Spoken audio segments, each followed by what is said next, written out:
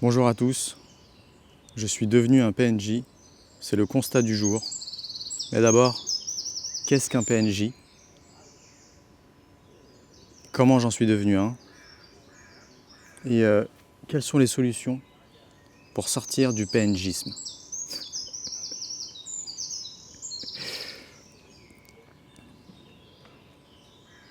Alors déjà, PNJ, c'est l'acronyme pour personnage non joueur.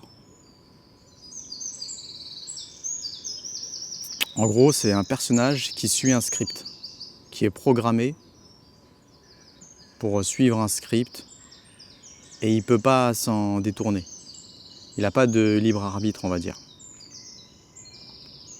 Il est programmé pour suivre un chemin. À l'époque, on disait automate, robot, et l'expression à la mode aujourd'hui, c'est PNJ.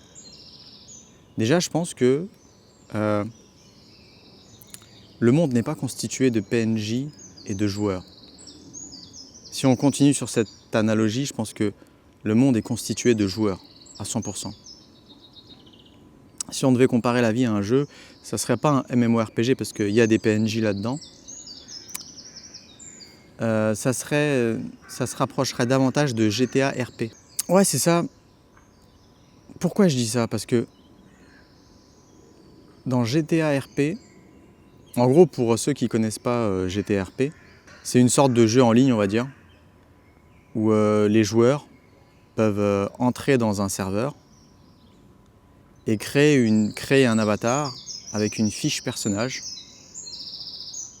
Par exemple, toi, tu vas entrer sur ce serveur, tu vas mettre un prénom, tu vas créer ton avatar et tu vas te créer une fiche personnage.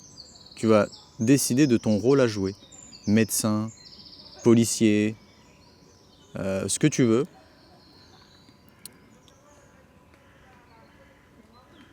C'est un jeu de rôle en fait. C'est comme un jeu de rôle mais virtuel en 3D, dans un monde 3D. Et là-dedans, il me semble, si je dis pas de conneries, il n'y a pas de PNJ, tu vois. Il n'y a que des joueurs. Bah la vie c'est ça. Il n'y a que des joueurs, à 100%. Mais je trouve que la métaphore ou l'analogie du PNJ, elle reste valide. Et je l'aime bien, mais je pense qu'on est des joueurs, mais de temps en temps on bascule vers le PNJ. Et je vais m'expliquer. Donc voilà, pour les gens de l'ancienne génération qui ne comprennent pas ce terme, ça veut juste dire automate, robot, quoi. En gros, tu as ta vie qui est programmée, tu suis un itinéraire dont tu n'as même pas choisi, on va dire, qui t'a été imposé, et tu t'en rends même pas compte en fait. Que ça t'a été imposé et que ça vient même pas de toi. Je parlerai à la fin aussi de ça. Je ferai le parallèle avec ce que dit Spinoza en philosophie. Mais tu vas voir, c'est pas de la philosophie naze, c'est de la philosophie utile qui peut vraiment améliorer nos vies, je trouve. Voilà. Il se met à pleuvoir. Putain. Je vais sortir le parapluie. Ah putain, il pleut. On reprend. Je sais plus où j'en étais. Ouais, qu'est-ce qu'un PNJ? La caricature du PNJ. Typiquement le mec qui est en mode métro, boulot, dodo. Ils sont bruyants les petits oiseaux là.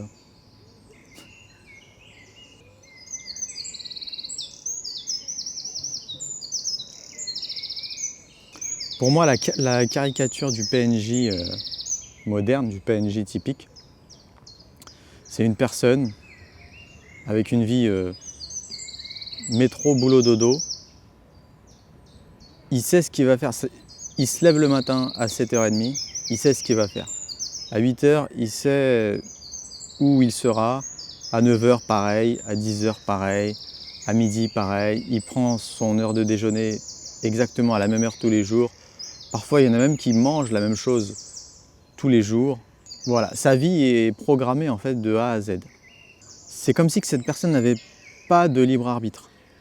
En fait, c'est comme si que cette personne s'était glissée petit à petit dans une vie de répétition. Tu vois, c'est comme le film un jour sans fin. Tous les jours, il fait la même chose. Il voit les mêmes personnes. Le PNJ ne ressent plus rien. C'est-à-dire que cette personne, c'est devenu un automate qui suit un itinéraire et il est dans la résignation totale. Il a tout abandonné. Tout objectif supérieur, toutes ses anciennes ambitions, tous ses désirs, il les refoule. Il fait en sorte inconsciemment de ne ressentir plus rien. Il n'a plus aucune émotion.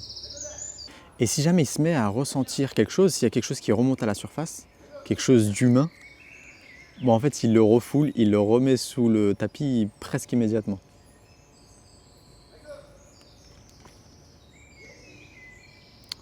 Pour moi, c'est ça la caricature du PNJ. Il est résigné, réglé comme une horloge. Il suit un script en fait. Il n'a pas envie d'aller au travail, mais il va quand même au travail.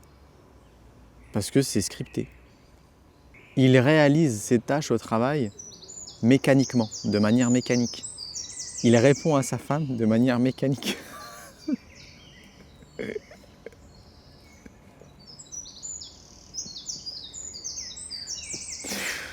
Ah, j'ai un pote qui est venu me rendre visite. Attends, je te montre. Un petit corbeau, je sais pas si on le voit.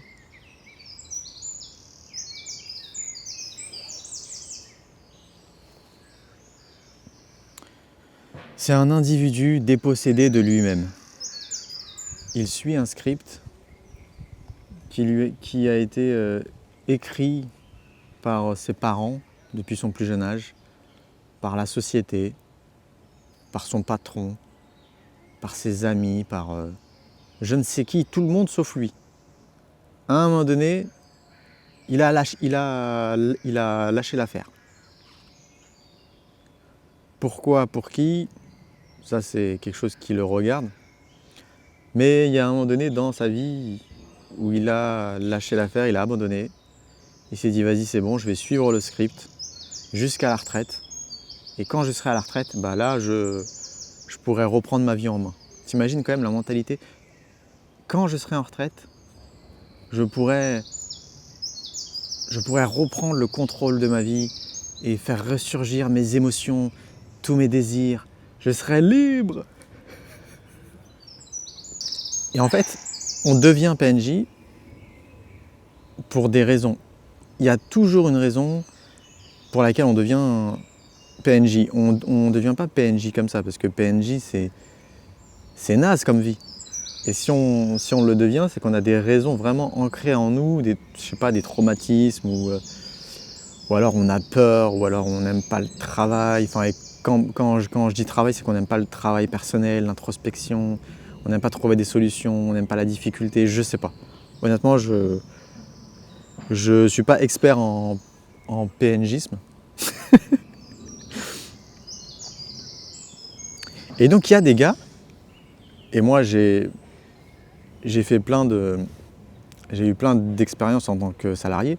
Du coup, j'ai eu plein de collègues qui sont quarantenaires, cinquantenaires, tout ça.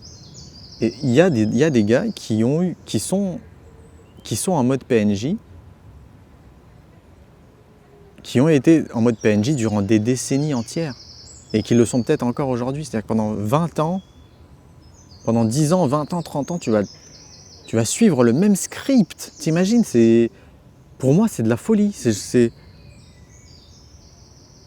Là, ça touche du domaine de la psychiatrie, tu vois. Franchement, suivre le même script pendant 20 ans, 30 ans, la même vie. En fait, notre société moderne est un hôpital psychiatrique, est un asile psychiatrique à ciel ouvert.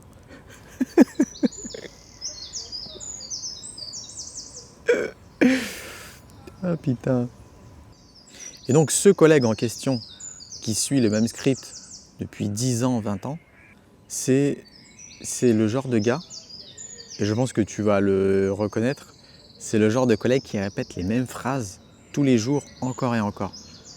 Vivement la retraite, vivement le week-end, vivement vendredi, vivement les congés, vivement les vacances.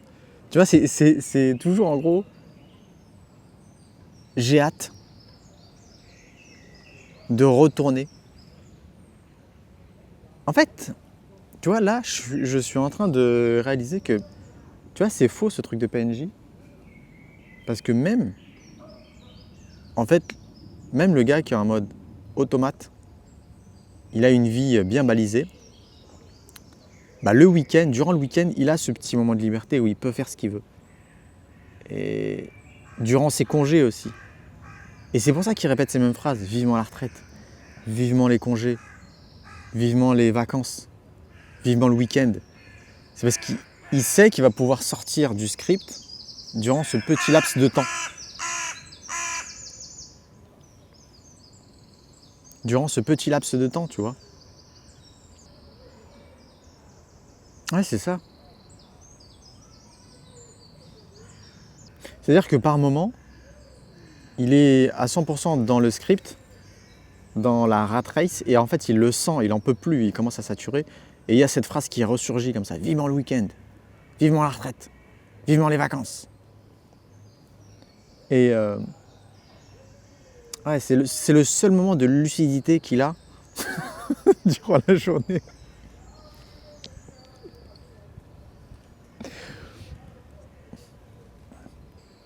Et souvent, c'est des personnes qui n'aiment pas leur travail, qui n'aiment pas leur vie. Limite, ils n'aiment même pas leur femme, j'ai l'impression. Ils ont tout choisi par confort, j'ai l'impression, alors que c'est même pas confortable. Ils ont tout choisi par résignation, par fatigue, par peur, par peur d'affronter la difficulté, je sais pas. Et souvent, ouais, j'ai même l'impression qu'il s'aime pas lui-même. Quand tu es en mode PNJ, c'est que tu t'aimes pas toi-même parce que tu te fais du mal. C'est-à-dire que c'est toi qui contrôle ta vie. C'est toi qui peux faire ce que tu veux. Et pourtant, tu fais pas le taf. Donc, quelque part, tu es ton propre bourreau. Et si tu es ton propre bourreau, au final, c'est que tu ne t'aimes pas. Bon, en fait, la vidéo va être assez longue, donc je sais pas si je saute l'étape où je raconte ma propre expérience ou pas. Bon, je vais essayer de faire simple et rapide. Pourquoi je pense que je suis devenu un PNJ? Parce que là, typiquement, depuis 14 mois, même avant en fait, mais avant ça, j'étais au RSA en fait. Donc c'est encore un autre cas d'école. Mais là, durant ces 14 mois de salariat, ou même 15 mois, là, ça fait 15 mois, durant ces 15 mois de salariat, eh ben, je suis un itinéraire balisé, je suis un script. Je sais que lundi matin, je vais me réveiller à 7h20, je vais aller à la douche, je vais préparer le café, mon petit déjeuner, ensuite je vais prendre le métro, ensuite je vais arriver au taf, je vais connecter mon petit câble USB de la station d'accueil Dell à mon ordinateur portable Dell. Je vais résoudre des incidents toute la journée. Pendant 7 heures, je vais faire de la résolution d'incidents informatiques. 7 heures par jour, toujours la même chose. Support informatique, bonjour. Je vous écoute. Est-ce que je peux prendre la main sur votre poste? Blablabla. Problème résolu. Je vais fermer le ticket. On passe à un autre ticket. Je résous le problème. En gros, tu passes à un autre problème.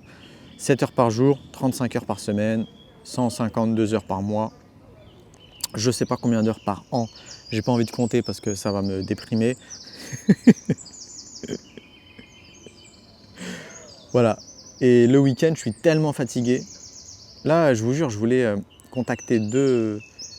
Je voulais organiser un rendez-vous avec 2 potes. Je leur en avais parlé il y a 2 semaines. Et j'arrête pas de repousser parce qu'en fait, je suis crevé. J'attendais le mois de mai pour les jours fériés, mais finalement, je suis fatigué. En fait, le week-end, j'ai seulement envie de me reposer. J'ai pas envie de sortir, j'ai rien envie de faire. Et j'essaye de combattre ce truc là, tu vois, je suis au parc.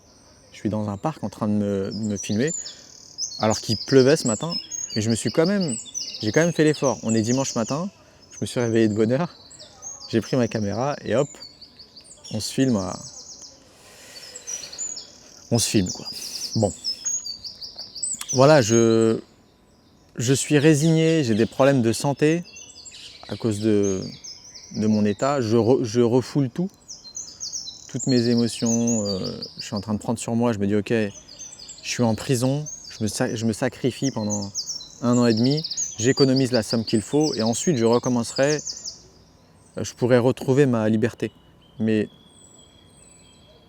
durant 1 an et demi, je me suis mis en mode PNJ total, quoi.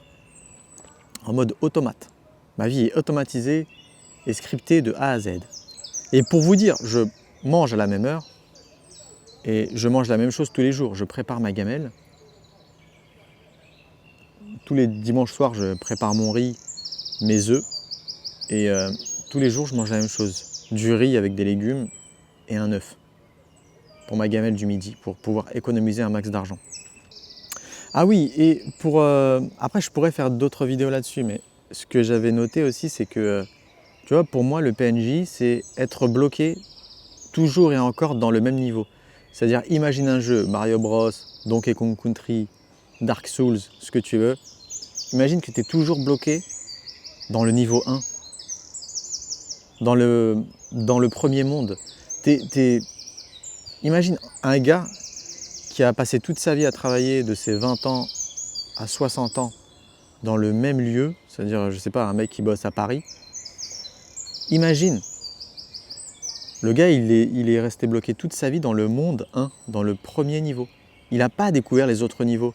Il n'a pas découvert d'autres lieux. C'est-à-dire, quand tu joues à Donkey Kong Country, par exemple, tu n'as pas envie de rester bloqué dans le premier niveau. Le premier niveau, c'est la jungle. Bah, tu as envie de voir les autres niveaux. Tu as envie d'aller voir le monde avec les pyramides. Tu as envie d'aller voir le monde enneigé. Tu as envie d'aller dans les mines pour contrôler ce petit train là, tu vois.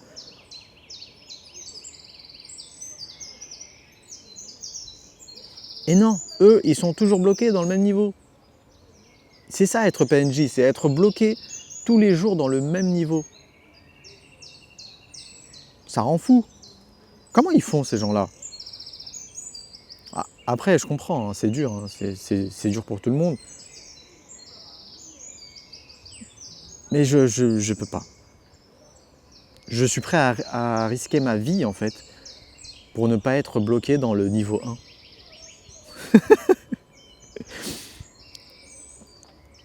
À un moment donné, en fait, j'ai l'impression que c'est plus ta vie, tu joues la vie d'un autre. Tes parents t'ont dit d'être médecin ou avocat, du coup, tu es devenu médecin ou avocat. Tes parents t'ont dit qu'il fallait pas partir à l'étranger parce que c'est trop risqué, parce que blablabla, et du coup, tu es resté en France ou dans la même région toute ta vie pour... Enfin bref. Ah, j'avais d'autres trucs à dire, j'avais aussi l'analogie avec... l'analogie de Nietzsche. Dans Ainsi parlait Zarathustra, il parle du chameau, du lion et du dragon et compagnie. Mais moi, je voulais parler surtout du chameau, parce que c'est la métaphore parfaite pour le PNJ. Le chameau, allez, je vais tenter de l'expliquer en une phrase. Donc le concept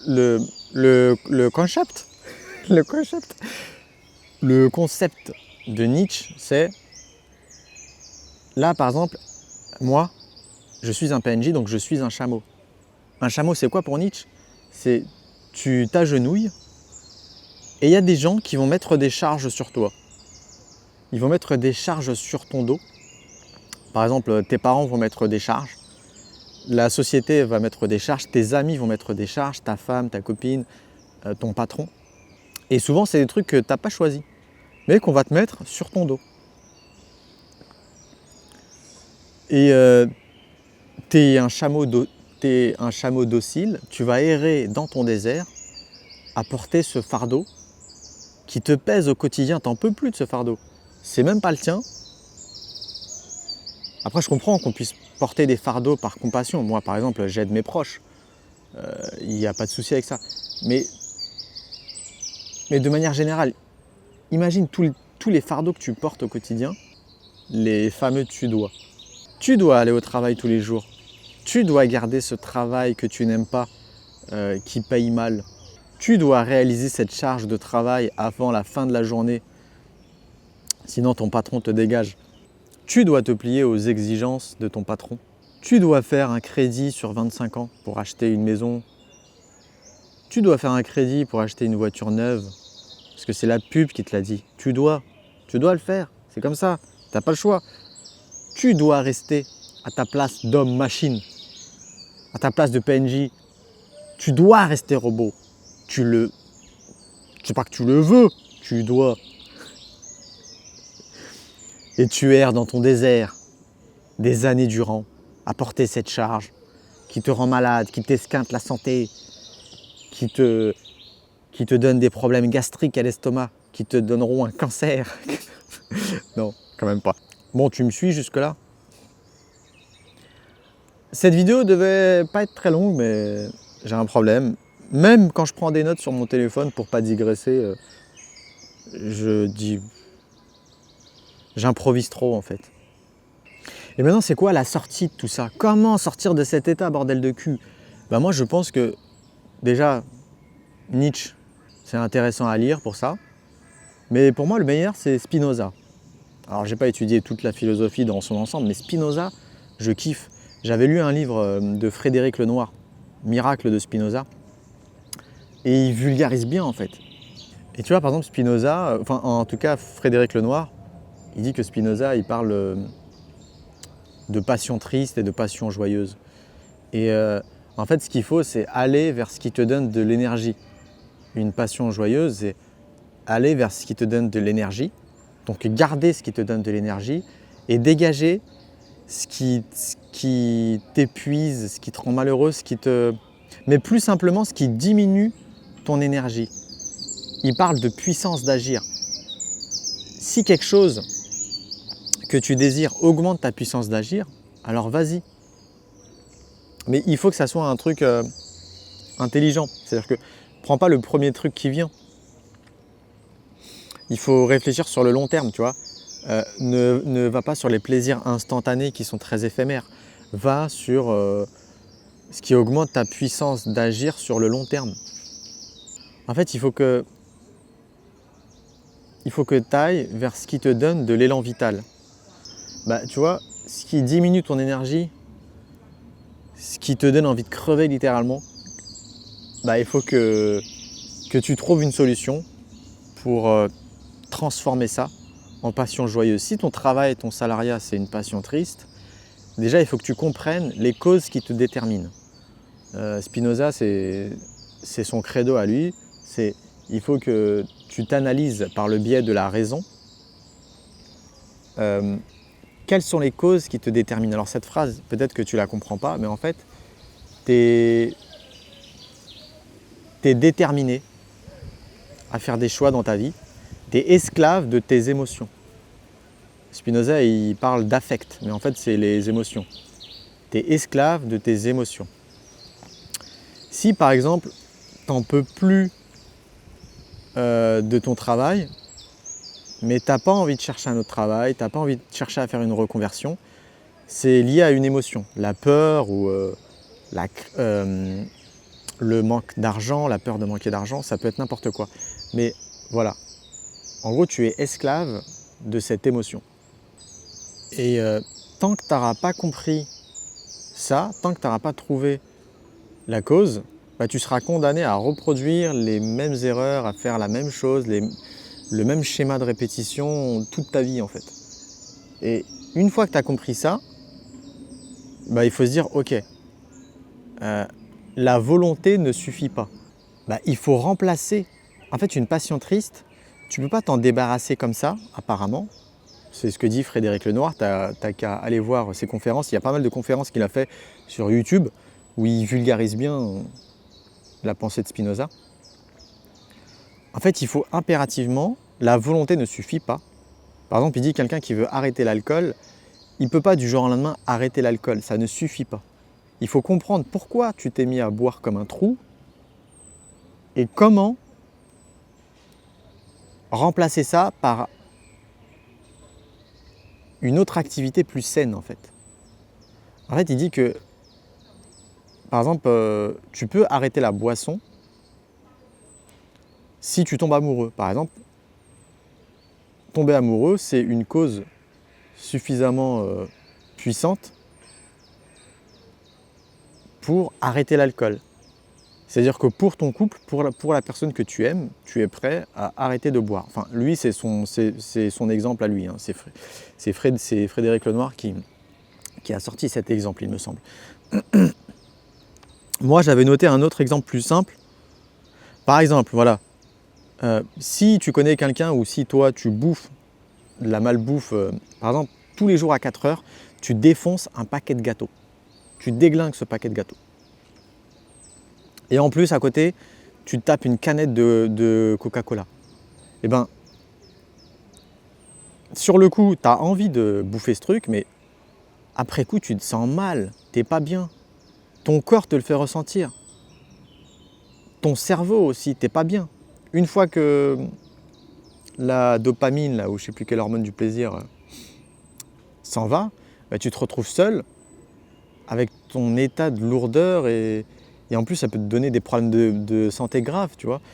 Enfin bref, t'en peux plus, t'as envie de dégager cette mauvaise habitude, mais en fait, bah voilà, Frédéric Lenoir et Spinoza disent que il faut comprendre pourquoi tu t'es mis à déglinguer, à manger, pourquoi tu t'es mis à prendre cette habitude de déglinguer un paquet de gâteaux à 4 heures tous les jours. Et ensuite, ils disent que la volonté ne suffit pas, je me répète, c'est important la répétition pour que ça rentre. Il faut remplacer cette mauvaise habitude par une autre.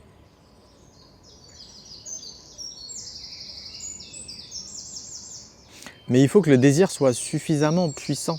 Enfin bref, tu auras un truc vraiment qui va te bousculer ou tu auras une sorte de gros déclic et tu vas dire ok.